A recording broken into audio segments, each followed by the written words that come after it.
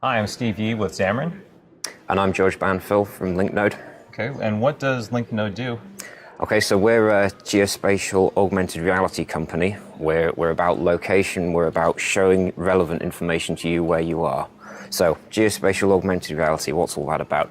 That's showing objects in the camera feed, but at the right place. So we've got a terrain model that we pull in. We pull all the data of what the hill looks like around you, and then we can show a 3D model on top of that.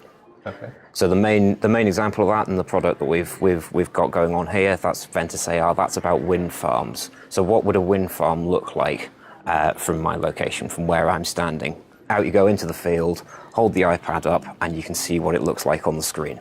Great. And so this audience is for what utilities looking just to show citizens of what a potential wind farm would look like? Yeah, exactly. What will it look like for the people who live out there, who are in these farms, who can see what's going on? So it's about showing them, removing some of the fear and uncertainty from them.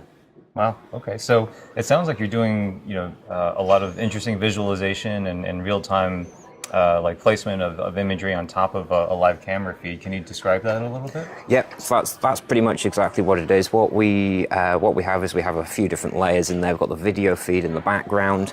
On top of that, we have a MonoGame layer. So we use MonoGame as our 3D engine to show all of this stuff in real time. So 30 times a second, 60 times a second on some devices. We update, we recalculate the view of what you would be able to see across this 3D world and show you the bits of the turbines that you would be able to see. So if your turbine's behind a hill, then we won't show you that because you wouldn't be able to see it because we're behind the hill. So you'll just get the bits peeking out from above it. Amazing. And so you mentioned an iPod or an iPad, but you're also having this run on Android as well. Is that correct? Yeah. So I've got two devices here in front of me. We've got the iPad, so iPad 4 and upwards, and we've got a few Android devices. All right, so this is one of the projects that we went out and had a little look around. It's near Perth in Scotland, so there's a few different wind turbines that have been set up in here. So I've got this concept of versions. I've got 5 wind turbines in there, and I can choose whichever revision it is that I want. So revision 3 has got 4 turbines and a slightly different view from it. So because we've been out already, we've been to this place, we've taken some pictures. Let's go in and have a look at the gallery and see the things that we've captured already and what we can see. So these are all the different photo shots that we've been out and taken. And if we come down here and have this one down the bottom. So this is loading the 3D environment and it's showing us what we've got here. So let's hide all that information.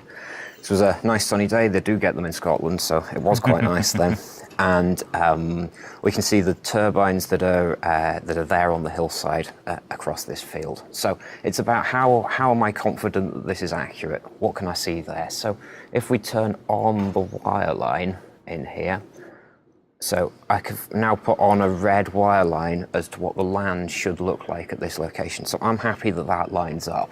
So that makes me confident that these turbines are in the right place. Right. And so what I'm seeing here is that you've gotten terrain metadata that you're rendering here on these red lines, correct? Mm-hmm. And then these wind turbines, this is not video. This is like the actual MonoGame engine at work, and you've plotted these wind turbines at these specific locations, correct? Exactly, yeah. So in our portal that runs behind all this, we've set up the turbines at the right locations. That information's pulled down on here, and we're using MonoGame to show that in the 3D layer on top of this.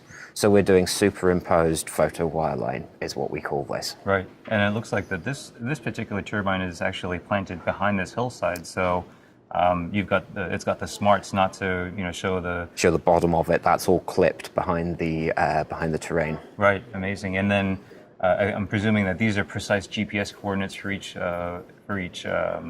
Yeah, exactly. It's so we've we've got some more data in the background from that you can get in and see. This is a digital model, so we're about encouraging you to interact with it. We're trying to replace paper in the way that this is working.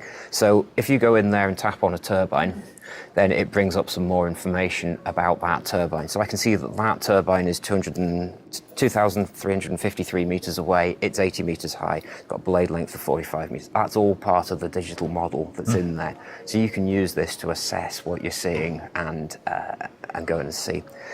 The other nice thing about this is because it's a digital model, I can play with the animation of it as well. So if I want to change the wind direction, I'll just spin that round, and that's updated the animation parameters that we're passing into MonoGame, and it's changed the direction of it. If I want to make them spin a little bit faster, let's turn it up to 25 RPM, then the turbines keep going like that. Wow, that's amazing. It shows us a 3D virtual reality overview of the terrain. So there we are. If we zoom out on that, there's my 30-kilometer block of terrain data that I've got loaded, and then I've got maps draped on top of that. On top of that, we've got the turbines at the locations that they should be, and it's the same digital model. I can get in there and click on it and see the sort of information about it there.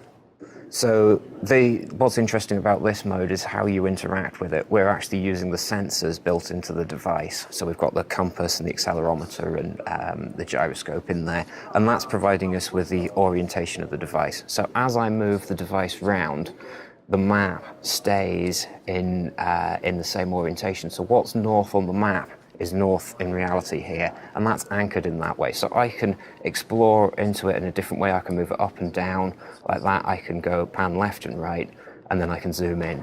So what we've found is that that's a more intuitive way for people to interact with a 3D object. Is to just pick it up and move around. Well, George, this is an amazing product and an amazing piece of software. I'm really impressed with what you've been able to pull off with the Xamarin platform, and this augmented reality stuff is so cool. Where can people find out more about this? Okay, well, the best place to have a look is our website. So ventusar.com we've got all the information on there. We understand this is a very visual thing, so we've recorded a couple of videos about how this works and how you can actually see it. So go have a look at those, see what you can do with Xamarin and these iPads. Great, thank you.